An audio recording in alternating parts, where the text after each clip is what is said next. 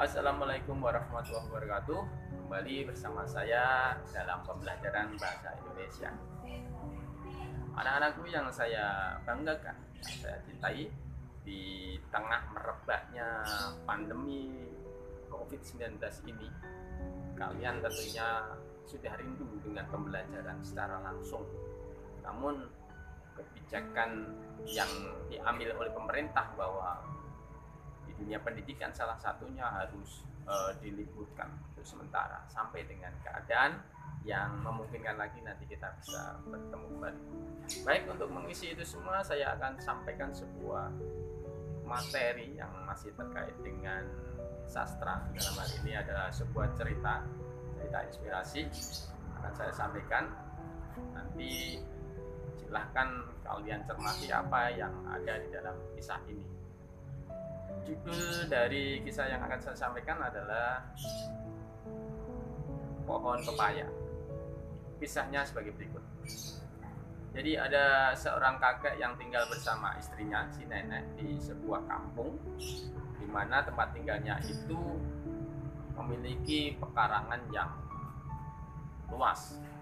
Di dalam pekarangannya tumbuh satu pohon pepaya dan saat itu sudah berbuah dua biji. Dua buah ini kebetulan sudah menguning. Artinya apa? Dua buah pepaya ini siap disantap, diambil, dipetik dan disantap. Nah, si kakek ini akan memetiknya besok pagi.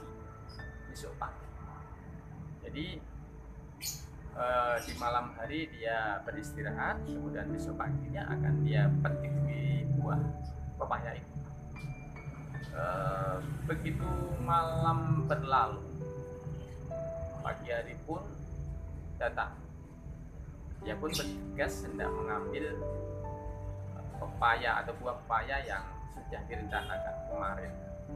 Namun apa yang dia lihat, di pohon itu hanya tinggal satu. Dari dua tinggal satu. Dia lihat ke bawah, di sekitar pohon pepaya itu tidak ada pepaya yang jatuh. Kemudian dia menyimpulkan bahwa ini pasti diambil orang yang ingin pepaya itu. Dia berpikir, lah ini siapa yang ambil? Nah, dari apa yang dia pikirkan ini, kemudian si nenek mendengar apa yang dikeluhkan oleh si kakek. Ada apa, kek? Ini loh, dua buah pepaya yang mau kita petik, tinggal satu. Siapa ini kira-kira yang mengambil? Kok bisa dia ambil? Padahal bukan punyanya. Ya, jangan menggerutu begitu, kek. Sudahlah, biarkan. Iya, bukan begitu yang saya maksud. Akan tetapi ini orang kok dengan susah payah malam hari kemudian mengambil dengan cara memanjat pohon yang ya kita katakan licin, agak licin lah. Dia susah payah mengambil satu buah itu dan dibawa kemana. Yang menjadi pertanyaan saya, kenapa dia harus susah-susah? Kalaupun dia bilang kan bisa kita berikan. Uang kita juga sudah sering makan buah pepaya. Ya udah, kalau begitu saya akan rencanakan begini. Barangkali orang ini memang butuh buah itu. Nanti malam akan saya siapkan tangga supaya dia kalau hendak mengambil tidak susah lagi. Dia tinggal manjat tangga dan memetiknya. Dia tidak susah, dia naik memanjatnya. Nah, malam harinya kakek benar-benar menyiapkan tangga di pohon pepaya itu.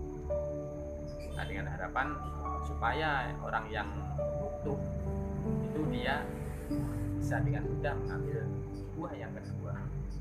Si kakek merasa yakin bahwa buah yang kedua ini pun akan diambil oleh orang yang pertama kali mengambil buah pertama.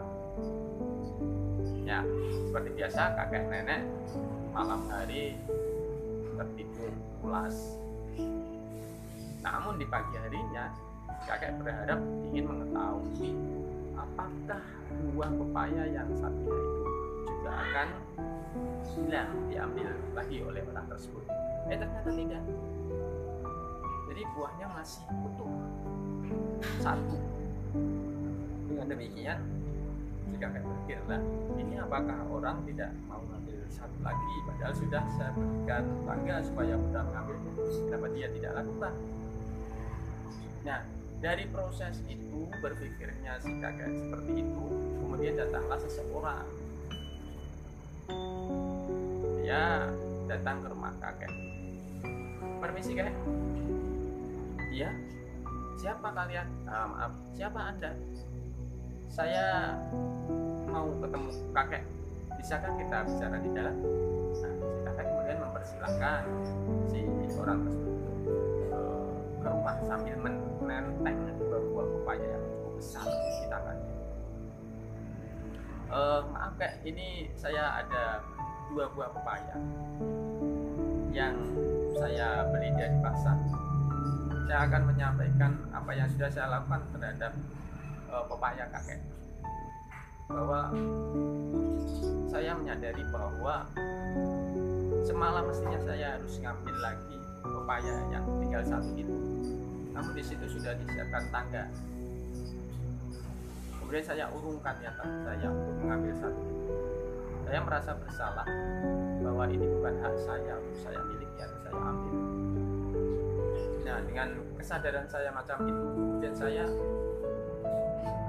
ingin mohon maaf kepada kakek. Kemudian saya beli 1 buah dan saya akan kembalikan yang satu, dan yang satu sebagai bentuk permintaan maaf saya karena saya sudah ambil pepaya kakek.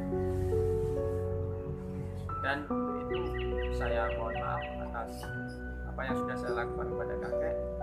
Ternyata di balik semuanya ini saya menyadari bahwa itu bukan hak saya, maka saya tidak akan ambil. Saya tahu bahwa kakek menyiapkan tangga ini dalam rangka untuk memudahkan saya untuk mengambil.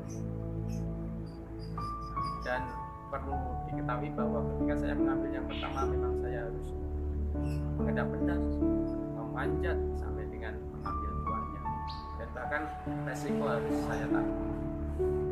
Namun dengan adanya peristiwa kedua, di mana tangga sudah ada, justru saya berpikir, ini orang kok malah menyiapkan tangga, artinya ini memudahkan saya mengambil.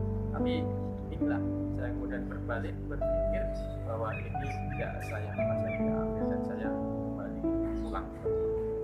Demikian kakek. Mohon maaf sekali lagi apa yang sudah saya lakukan.